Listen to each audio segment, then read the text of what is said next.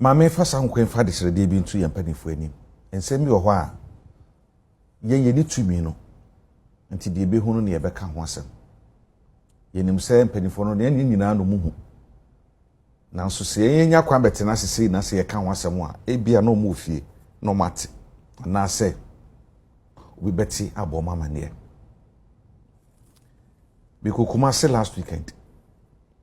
Na dia na mihu ye wo ho. Abuza for mamu nyina makwaba Ediba Ghana nsem TV so. One more so be like video no be subscribe to the channel no what turn on notification say be next time videos of this nature about so so bit makabina so watch the or comment section for them say munim dan if Mr. President be home be from Mr. President ameje so o text me Mr. President or comment section ameje so who see am TikTok na pa Mr. President ameje so sa koye de o be bia agenda MPP so the munim the opposition. So we are trying our possible best. We use Ghana and the same TV channel also. They are what the new patriotic party Amenyokuno. They are about power 2028. Inshallah. Dr. Mahama president. Now also the upper about India so Selkebi. Na my kan kaya yi were John the money Muhammad the book at Neze Ibu. Ya many am for the Messiah. Dr. Mahama the NS assembly few. Now once again may catch a gun and Mabuni and I say, I'm man yourself no. Eh daachinti na ya manyo se menye mprimprint ya manyo se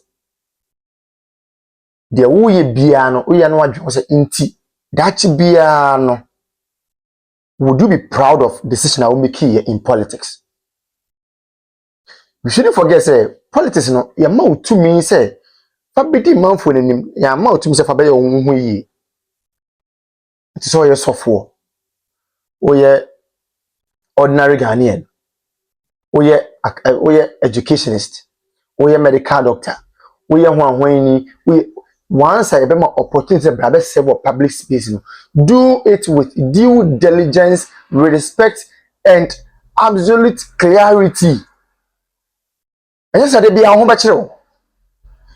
Mame fa sankwen fa de srede bi ntu ye mpanifo anim. Ensem bi wo ho a ye ni tumi no. Nti de be hunu ne ye beka ho asem. Ye nim se mpanifo no ne nyina no muhu. Nanso se ye nya kwa betena sese na se ye ka ho asem a ebia no mu ofie no mate. Na se we beti aboma mane. Bikokuma se last weekend. Na dia na mihu ye wo ho no. Ye didimu a bibie ekọ no. Ye no meba ho so no na aginsamu. Eje kuma se nko a enkra ha so ka ho. Abobo ya ne pragiafo no ye nkase mo bi nya n'adwuma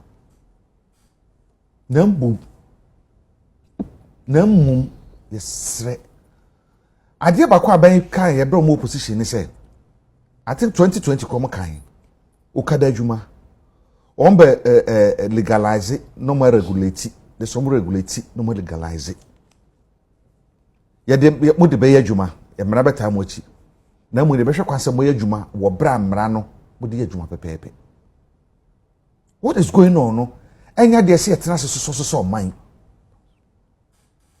ense se etena se eso sa okada ene pragia ne abobo ya no se de omu se omne ma fa no ense se eso so esen se ye jeje omu amomu ye adwuma dudu ba bi a ehwo asem ka na be den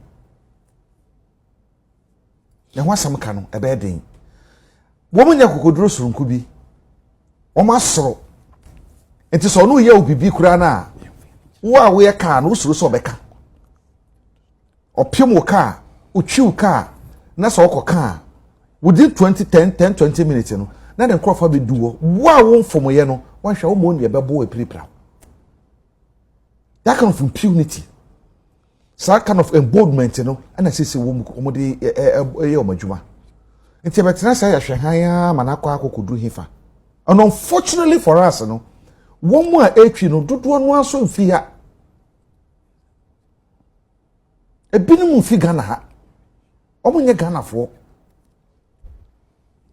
eti omu fi omu mamu ebe say ye manfo I know say moto ni etwi omutu moto ho da bia omutu abobo ya kakra but say no aba system no ma na be ye more than say they say eno bi anka hwe eno mo ye de ompe bia ekwa mienu baku kwose baku base car ne bonsa ho opese obedi fifi se moto nso wo na ye miensa wo na ntre moto de onam fifi obetu for life fita no so akọ abobo ye ntumi fa ne saa but omo for so edi fifi wan konchan ya wa sell side mirror wan konchan ya odbetwu car odutwu car na so si for no confront na ne krofo beta na chi ebe wi ese no wo wa sell car no umom na obenya mani ombebo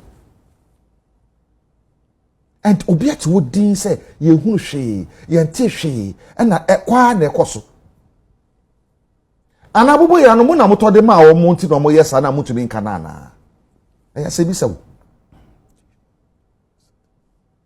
ye se teteba ye nyan ba nta bobo ya fo no ene sa pragia ne moto fo no ye be sire mpanyifo say de seso mo ye bia na omodwuma mo ye no ye tumi de mratoto ho na sebe muhunu omudi na bi no mudi no ombegyan no e be seso mo nya ne sama yen na sesara hweye e be du bibi e come asamo a enye ye bio na e too late e de ho be bre man no e de ho be bre man no e de ho be bre man no da masina no pe bi on Ghana meka no ehia wa abraho bi social na papa nes can be ye can one ba ho a because benefo no pe no mote ase picketing ne demonstration ne no language o mote ase ano no enti fa ho jim bi because at the end of the day no me posting e ebo am emfa me ho ha wo ni we hia on so ba ho tie de be ka ho asem or it's up to you to show up what's in common ase it's mon share because posting no yes so be aka say we should go and sell indomie ono ne ba to indomie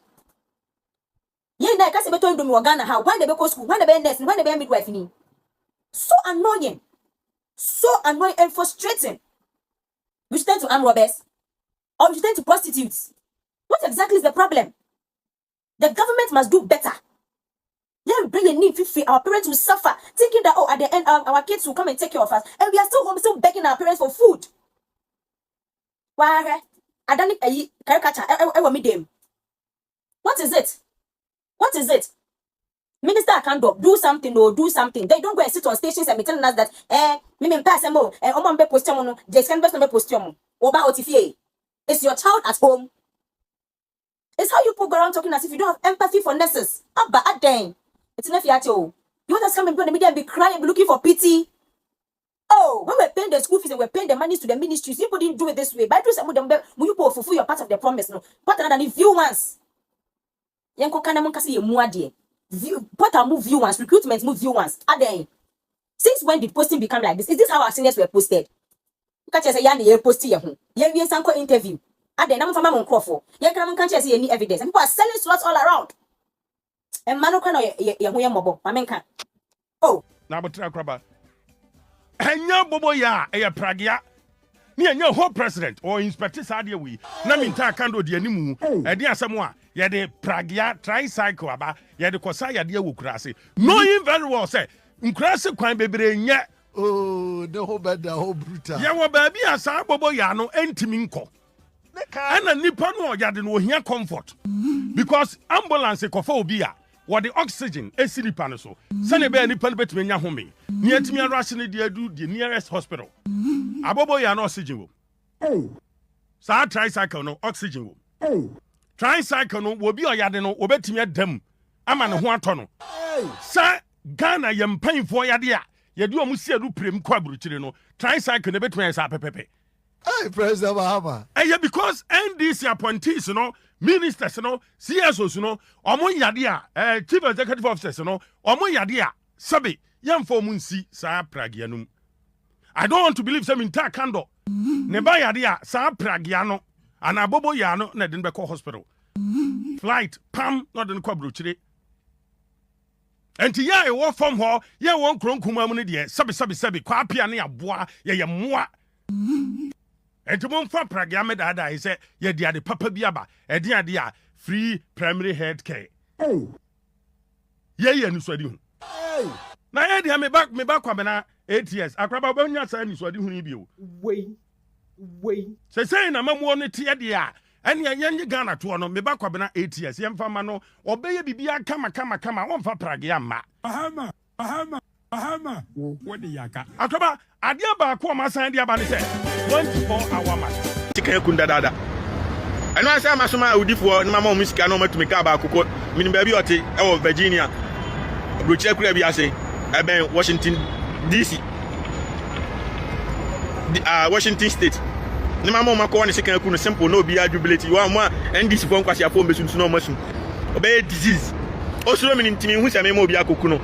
Well, what is the basis? Mujina so and they increasing light bill and water bill because ECG nene Ghana Water Company Limited at the dollar. Any inflation rate, any policy rate, interest rate, no mudi jina so. Anyone sign your money in our form. It is just so for to start this question. Well, Musama out of ignorance. Yes, that's why I want to say legitimate question. He did not ask out of ignorance. He asked out of me say he needs to be educated. Me say I didn't use the word. Say me say man can say me on my dear me can say me say my men are some not but when I some now can. That's what most people have been saying. And it's up to the government to explain things to them. Your word was ignorance. They are speaking out of ignorance. That was your way. On my ignorance, I mean, okay, so me can say, as someone I walk on, and just say, and your mabo and cosru. But the can want it, or my pony can say. Was it a body? Was it a penny? Was it pure water? A costro. And I mean, because inflation is above for ma. And can the rate at what things will be increased, you know. The empanifono minimum woman, a pencil, commission. I can say, and say, and can be cost like a Sankabia. It has also done a trainer, Abianca, inflation, and Caribbean yet 3 cities in a Quebec count. Son or more can say the rate at which things will be increased, you know. A better form. What I say? Inflation. Oh my, Mrs. Sana, dear me, oh my car, me, and I told Amanda Maker, say, I buying, say, what the inflation about this number. And now you soon say a base rate, a 16, advance of the above or the above 14, you are. I may come catch say, a baby, or maybe a pretty and a single digit piano, or more base rate so, a cost single digit, me boy. And now, say about my cancer petrol about for me. Abano dia he is trying to put all these things down. So why na man in cost? What yes, about to me so who now go for what there? What you say? And I know somebody can say Pulican ayaba abama enyama na eba from oh until the making. Me say so what they buy be all spoke against say I was say no muchia. I'm no muchia but nanka we my no. The phone chim so moko a penny say a port wa near man of from kaka. Yes, I know Mokai. Yes, but it's a Kanyama bono ever from. But you must say was a public air and a crime my own. Omoko funny man, but how much this one? Abano create another environment. But say individual entity near Maso, Aban Katimin Petro, and so is right. Obisa, so at the end of what I say, he's also asking a legitimate idea. Argentina, Sanyama way in every Aban na ye ne de wi na se bonten so for no je de wi so the government should just sit down and allow it to say inflation be about 0.5 yes na so and never not 2 years ago ni boy 8 cities no because the inflation rate no. But this is an AG who will come and bastardize people, pronounce people guilty because they know that the order has nothing. The order is a calculated attempt to tarnish the images of people. They are in their second year. And they have not been able to prove a single case. You see, I have always maintained this, and I've said it even to a fault, that if not for the NDC, nobody would have ever said a politician is corrupt in this country. Because before someone is accused of corruption, nobody is guilty until proven guilty by a competent court, right? Now, almost all the politicians who had been found guilty in this country are all NDC. All. From NDC 1, about 6 people went to jail. NDC 2, same. Even when Mahama came his first time, we had 6 people convicted. But none from the MPP. None. They will always use corruption as a bait and tell the people of this country that these people are corrupt. And they will use that to win elections. They did the same in 2008 with Fifi as propaganda secretary. Mentioned people. They mentioned a lot of people. They came, started 13 prosecutions and lost all. You remember Kwesi, former foreign affairs minister? You remember Asabi and his wife?